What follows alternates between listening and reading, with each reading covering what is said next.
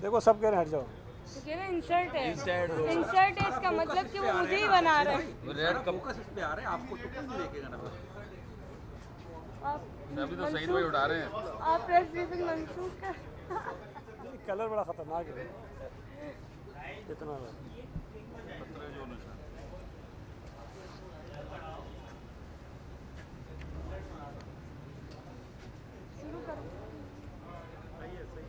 शुरू कर दें। जी बिस्मिल्लाहिर्रहमानिर्रहीम। आज आपको ज़हमत देने का मकसद सूबा सिंध के कुछ अज़ला में शदीद बारिश के बाद जो इस वक्त की सूरत हाल पर रिपोर्ट्स हमें मिली हैं, उस पर मैंने सोचा कि आपको भी आगाह कर दूँ। बारिशें जो बहुत ज़्यादा हुई हैं, इस वक्त भी डिस्ट्रिक्ट दादू में बारिश हो रही है और काफ़ी वक्त से हो रही है। वहाँ कुछ मसाइल हैं लेकिन इतना भी नहीं कि वो आउट ऑफ कंट्रोल हों। दादू कैनाल में एक कोई ब्रीच हुआ है जिसको अभी बंद करने की कोशिश हो रही है और अगले इम्कान है कि 2 घंटे के अंदर अंदर उसको बंद कर दिया जाएगा। बारिशों से जो ज़्यादा सूरत हाल, जो पानी ज़्यादा है जहाँ पर, वो मेहड़ सबसे ज़्यादा मुतासिर है और जोही में भी पानी है। मेरे पास जो रिपोर्ट्स हैं उस पर यकीनन आपका सवाल आएगा, मैं उस पर जवाब दे दूँगा। जो सखर की रिपोर्ट है हमारे पास 36 घंटे की, जिसमें शदीद बारिश हुई थी, उसमें 5 स्पेल्स आए थे बारिश के। 3 बड़े हैवी थे और 281 मिलीमीटर से लेके 292 मिलीमीटर के दरमियान मुख्तलिफ़ इलाकों की बारिश थी। और इसमें मैं एक चीज़ वाज़ेह कर दूँ कि एक ख़बर टीवी पर चल रही है काफ़ी वक्त से, जिसमें यह कि महकमा मौसमियात जो है वो कुछ और बता रहे हैं और जो डिप्टी कमिश्नर की और मेयर साहब की रिपोर्ट्स हैं वो कुछ और हैं। तो उसकी बुनियादी वजह यह है कि आपके भी इल्म में होगा कि महकमा मौसमियात के जो टावर्स हैं या जो चेक करने का निज़ाम है, मेजर करने का निज़ाम है, वो हर जगह पर नहीं है। कुछ मखसूस इलाके हैं जहाँ से वो बारिश मेजर करते हैं, जबकि हमारे पास जो एक तरीका है, मैं ये तो नहीं कहता कि बहुत ज़्यादा लेटेस्ट होगा, लेकिन एक तरीक़ेकार है जो हर तालके में मौजूद है। जो हमारे मुख्तियारकार के दफातर हैं, असिस्टेंट कमिश्नर्स हैं, उनके पास वो मौजूद होता है और वो उसको मेजर करते हैं और फिर उसको वो रिकॉर्ड करके आगे शेयर करते हैं प्रोविंशियल गवर्नमेंट से भी। तो सखर के 5 तालके हैं, उनमें मुख्तलिफ जो मेजरमेंट है वो आई है। तो उसको जो सबसे ज़्यादा वो सखर सिटी है, जिसमें जो मैंने आपको बताया है कि 281 के करीब वो बनती है।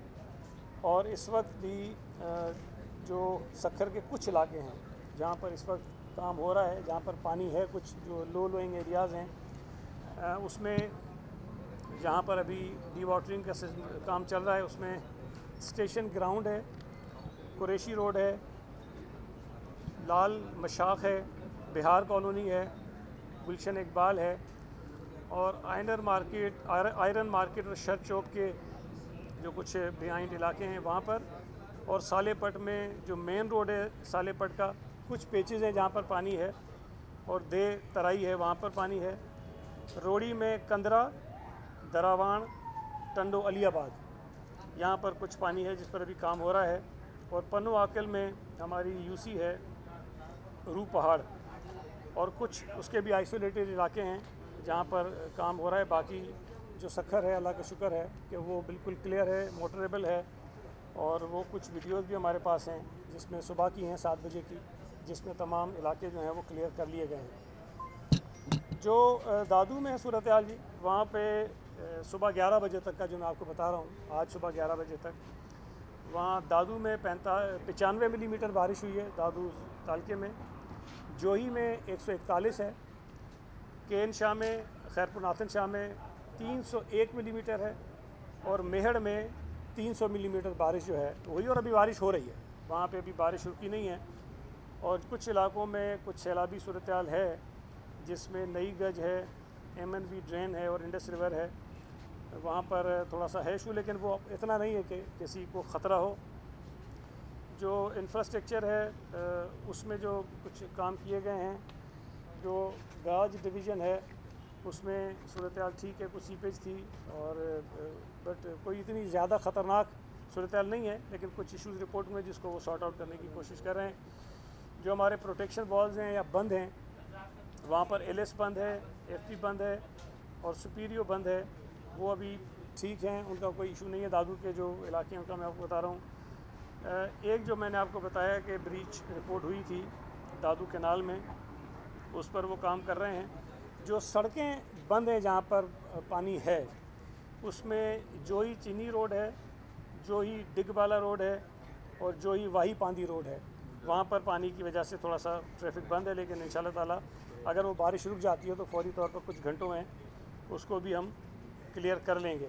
उसके अलावा लाड़काना में कल बारिश हुई थी, आज अल्लाह का शुक्र है कि काफ़ी इलाके ठीक हो गए, लेकिन कुछ जो इलाके हैं, आबादियाँ हैं, जो वही बात ये कि जो लो लेइंग है, नशेबी इलाके हैं, वहाँ पे काम हो रहा है और वो भी डी वाटरिंग उसकी मुकम्मल आज हो जाएगी। शिकारपुर अल्लाह का शुक्र है वो क्लियर है। कंबर शहदाद कोट का जो शहरी इलाका है, जो सड़कें हैं, जो रोड है, रास्ते हैं, वो क्लियर हो गए हैं। लेकिन जो ज़मीनें हैं लोगों की, जो आबादी की हुई है, जो काश्तकारी जहाँ ज़मीनों पे करते हैं, वहाँ पानी है। ज़ाहिर है कि उस पानी को निकालना कोई इतना आसान नहीं है, लेकिन वो वहाँ पर पानी है। लेकिन जो सड़कें, रास्ते हैं, आबादियाँ हैं, उनमें मोस्टली उनको क्लियर कर दिया गया है।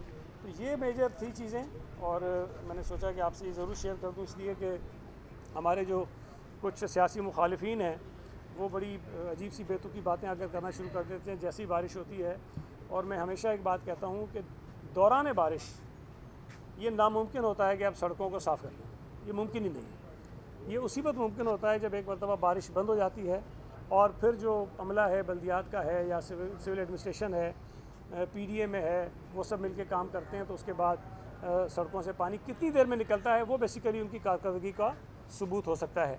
हमारे जो मुंतखब मेयर्स हैं, चेयरमैन हैं, काउंसलर्स हैं, लोकल गवर्नमेंट के मुलाजमीन हैं, जो पीडीए में का अमला है या सॉलिड वेस्ट का जहाँ जहाँ पर अमला मौजूद है, वो जो काम कर रहे हैं वो अपनी जगह बिल्कुल ठीक तरीके से काम इस वक्त हो रहा है और कोई बड़ा मसला किसी भी ज़िले में हमें इस वक्त दरपेश नहीं है। अच्छा सईद भाई, ये बता दें कि न सिर्फ बारिश लोग जो है वो परेशानी का शिकार होते हैं, गंदगी वगैरह आपने जिक्र किया, लेकिन बिजली चली जाती है, पीने के पानी का बुरान आता है, उसके अलावा सुई गैस भी आजकल इसी से कनेक्ट हो गई है। तो बहुत सारे मसाइल लोगों उससे दरपेश हो जाते हैं। ऐसे लगता है जैसे सरकारी इदारों का वजूद उन शहरों में है ही नहीं। तो इस हवाले से सिंध हुकूमत ने क्या इकदाम किए? देखिए, ये बारिशें तो अभी कुछ दिनों से शदीद हुई हैं, लेकिन चूँकि ये मानसून का सीज़न था तो हुकूमत सिंध की जानिब से मुख्तलिफ़ सतहों की मीटिंग्स हुई और रेगुलर हुई। चीफ़ मिनिस्टर साहब ने इजलास किए, चीफ़ सेक्रेटरी साहब ने किए, मैंने बतौर वज़ीर बल्दियात किए और फिर उसके अलावा कमिश्नर्स अपनी अपनी सतहों पर करते रहे, डिप्टी कमिश्नर्स करते रहे, रेगुलर इजलास होते रहे। और सीएम साहब की मीटिंग में भी, चीफ़ सेक्रेटरी साहब की मीटिंग में भी, और मैंने जो मीटिंग्स की कराची में भी, हैदराबाद में भी, वहाँ पर सेप्को और हेस्को के जो नुमाइंदे थे वो मौजूद थे और उन्होंने ये कमिटमेंट दी थी कि जब बारिशें होंगी, अब कोई फॉल्ट हो जाए उसका तो ज़ाहिर है कि कोई अज़ाला हम नहीं कर सकते फौरी तौर पर, उसको ज़ाहिर है कि ठीक होने में टाइम लगता है, लेकिन जो रूटीन की लोड शेडिंग हो रही थी उन इलाकों में, उस पर उनसे हमने यकीनदानी ली कि बारिशों के दौरान आप इसको फौरी तौर पर ख़त्म कर देंगे। इसलिए कि बहुत सारे इलाके हैं जहाँ से बरसाती पानी आपको पंप्स के ज़रिए निकालना पड़ता है और अगर पंपिंग स्टेशन हमारे बंद हो जाएँ लोड शेडिंग की वजह से तो वो पानी नहीं निकल सकता और वो इलाके डूब जाते हैं। तो उस पर उन्होंने यकीनदानी कराई थी कि कुछ इलाके इन्होंने पहले से ही लोड शेडिंग फ्री कर दी है और कुछ ये था कि जैसे ही अगर बारिश होती है, ज़्यादा होती है, तो वो लोड शेडिंग वहाँ ख़त्म कर देंगे ताकि ये मसला जो है वो ना खड़ा हो। लेकिन उसके बावजूद भी कुछ इलाकों से ये शिकायत ज़रूर है कि हेस्को और सेप्को की वजह से कुछ हमारे पंपिंग स्टेशन मुतासिर हुए हैं।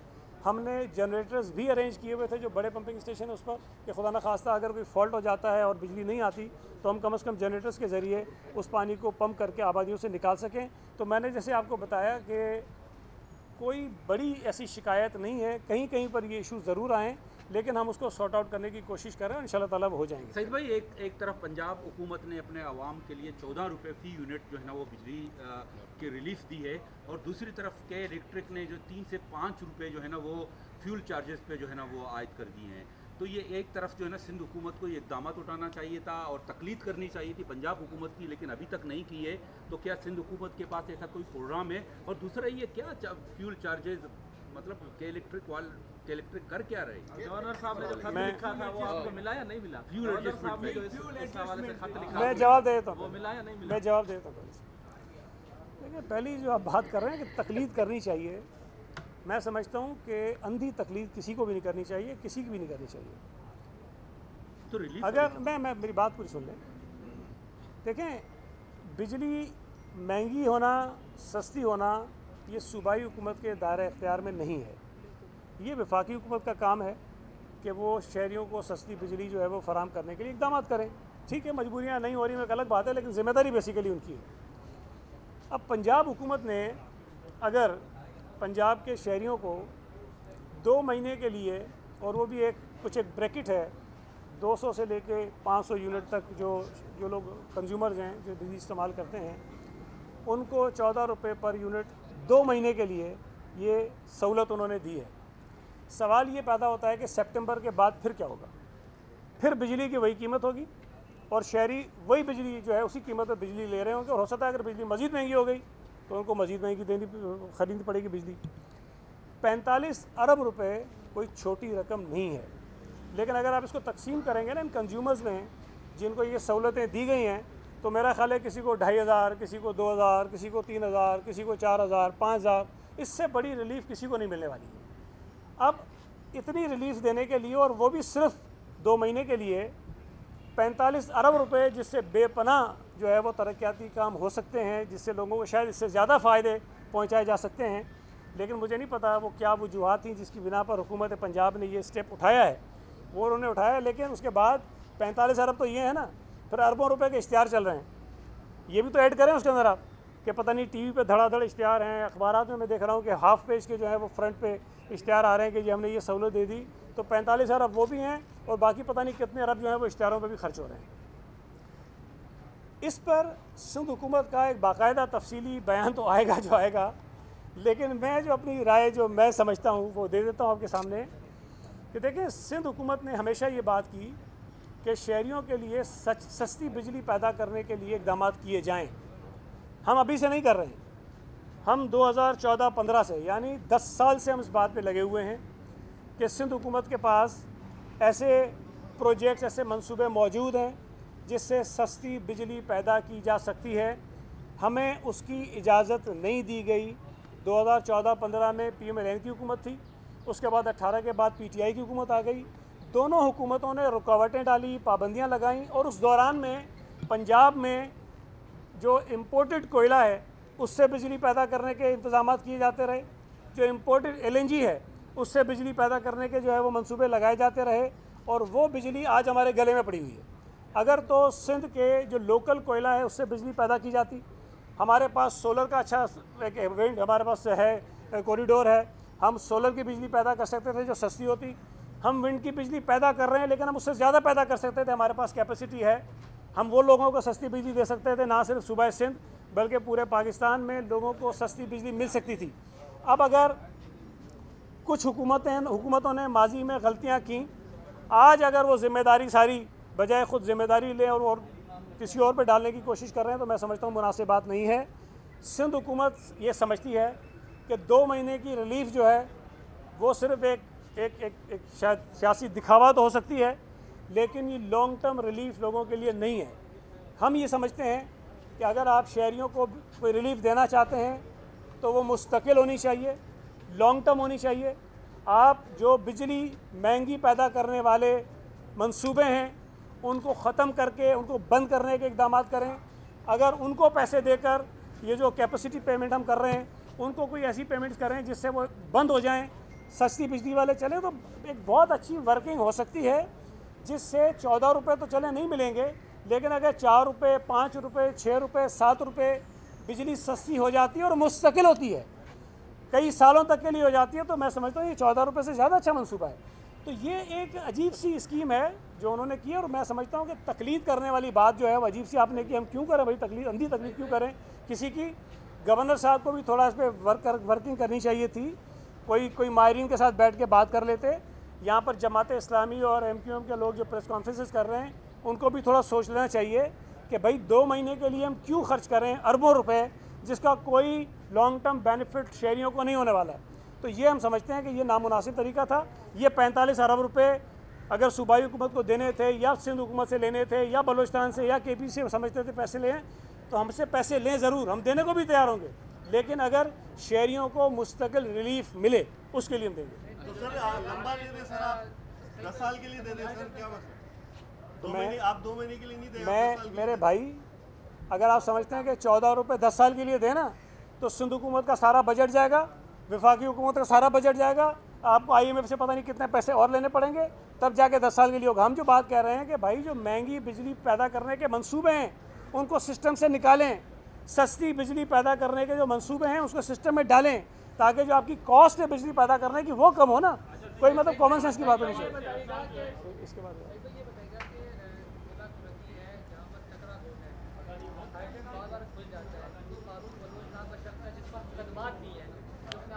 पार्टी का कारकुन बताता है, उसने फिर जो है वो हाइडेंट बोल लिया है, तो किस तरह निपटेंगे इस चीज़ से?